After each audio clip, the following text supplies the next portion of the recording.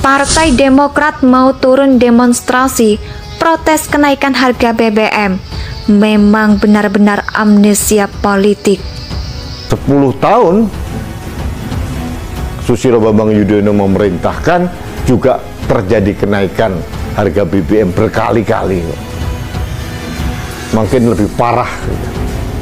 Jadi ajakan dari Partai Demokrat ini menurut saya memang belgedes gitu. Orang yang memanfaatkan situasi. Saya kira ini hanya cara para politisi di Partai Demokrat untuk mencuri panggung dengan kenaikan harga BBM. Indonesia sejak dulu kala tetap dipuja-puja bangsa. Saya juga tidak bersetuju dengan ada kenaikan harga BBM ini, karena saya menginginkan bahwa seharusnya penyimpangan BBM selama ini, BBM bersubsidi maksud saya, itu diusut dulu agar memang tidak terlalu banyak BBM bersubsidi dimakan, dilahap oleh orang-orang yang tidak berhak. Kalau BBM yang bersubsidi tidak tepat sasaran ini mencapai 70-80% ini bisa ditekan sampai 40 atau 30%, otomatis konsumsi BBM akan signifikan berkurang. Kalau konsumsi BBM bersubsidi berkurang, otomatis subsidi dari APBN pun juga berkurang. Ini yang saya inginkan. Tapi rupanya pemerintah belum melakukan langkah-langkah konkret itu, langsung saja menaikkan dari 7.650 ke Rp10.000 per liter untuk Pertalite, dan ada lagi kenaikan untuk solar bersubsidi. Pimpinan Partai Demokrat minta kadernya untuk turun ke jalan, melakukan demonstrasi, memprotes kenaikan harga BBM. Partai Demokrat menginstruksikan kadernya untuk turun ke jalan memprotes kenaikan harga BBM bersubsidi. Saya bingung. Demokrat gitu.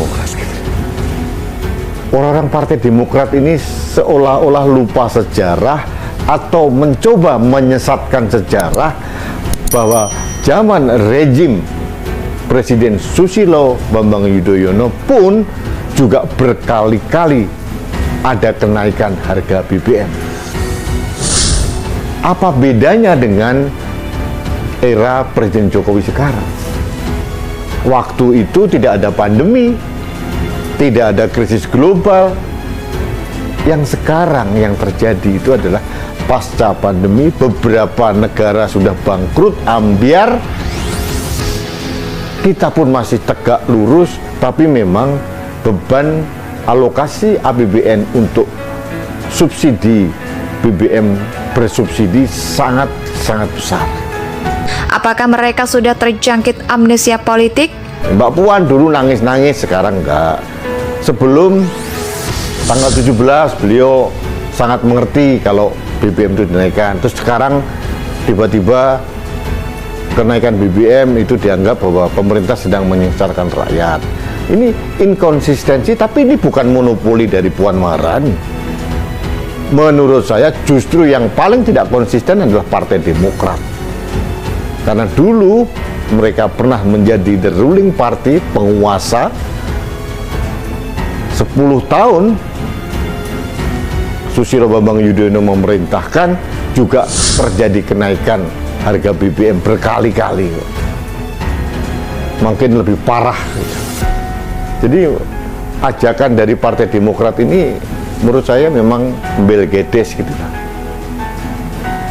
Orang yang memanfaatkan situasi. Saya kira ini hanya cara para politisi di Partai Demokrat untuk mencuri panggung dengan kenaikan harga BBM. Saya pikir itu tidak ada yang lain. Karena saya mohon maaf ini tidak percaya dengan politisi lagi deh, karena mereka bereaksi sesuai dengan kepentingannya kok, tidak pernah honest, tulus membela kepentingan rakyat. Dan lupa bahwa di Presiden SBY juga beberapa kali menaikkan harga BBM. Meskipun saya tidak bersetuju, saya tidak memprovokasi orang lain untuk demo. Karena saya ingin menjadi manusia konsisten. Saya berkonsisten untuk menjaga Indonesia. Saya tidak ingin menciptakan kegaduhan, karena di sisi lain saya mengerti betapa susahnya pemerintah sekarang mengatur alokasi APBN. Nah, kalau Demokrat ini, mohon maaf ini, dengan segala hormat, mereka mengkritisi politisi PDIP, mulai dari Puan, Hasto, atau siapapun, karena seolah-olah tidak nangis, tidak protes seperti dulu pada saat Susilo Bambang Yudhoyono jadi presiden, pada saat menaikkan harga BBM bersubsidi. Saya pun juga mengkritisi itu, karena bagi saya para politisi ini sering main drama sih. Politisi manapun lah, termasuk PDIP, termasuk Demokrat, Gerindra, semuanya lah. Apakah mereka kehilangan kepercayaan diri berjuang di parlemen atau sedang mencari simpati rakyat? Amnesia politis menurut saya, bukan amnesia secara kesehatan. Baik sahabat Indonesia, mudah-mudahan tidak termakan oleh provokasi siapapun. Kita prihatin dengan kenaikan BBM, tapi mari kita berikan jalan keluar terbaik. Mudah-mudahan nanti pemerintah semakin pinter, semakin bisa memotong hal-hal yang tidak penting, sehingga alokasi APBN kita bisa dikelola lagi, sehingga diharapkan pemerintah mampu kembali menurunkan harga BBM bersubsidi. Itu harapan saya. Caranya adalah menciptakan pendamaian, menciptakan iklim usaha yang baik, menciptakan iklim investasi yang baik, sehingga inkubasi ekonomi nasional ini dapat berjalan dengan baik dan kita bisa bertumbuh.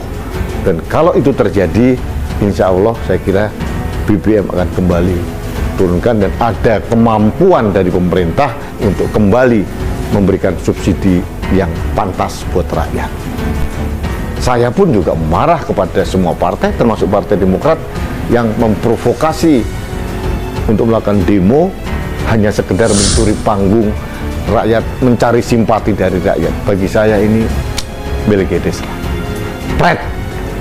Jadi marilah kita mulai dewasa, berpolitik, berpartai dengan baik gitu ya.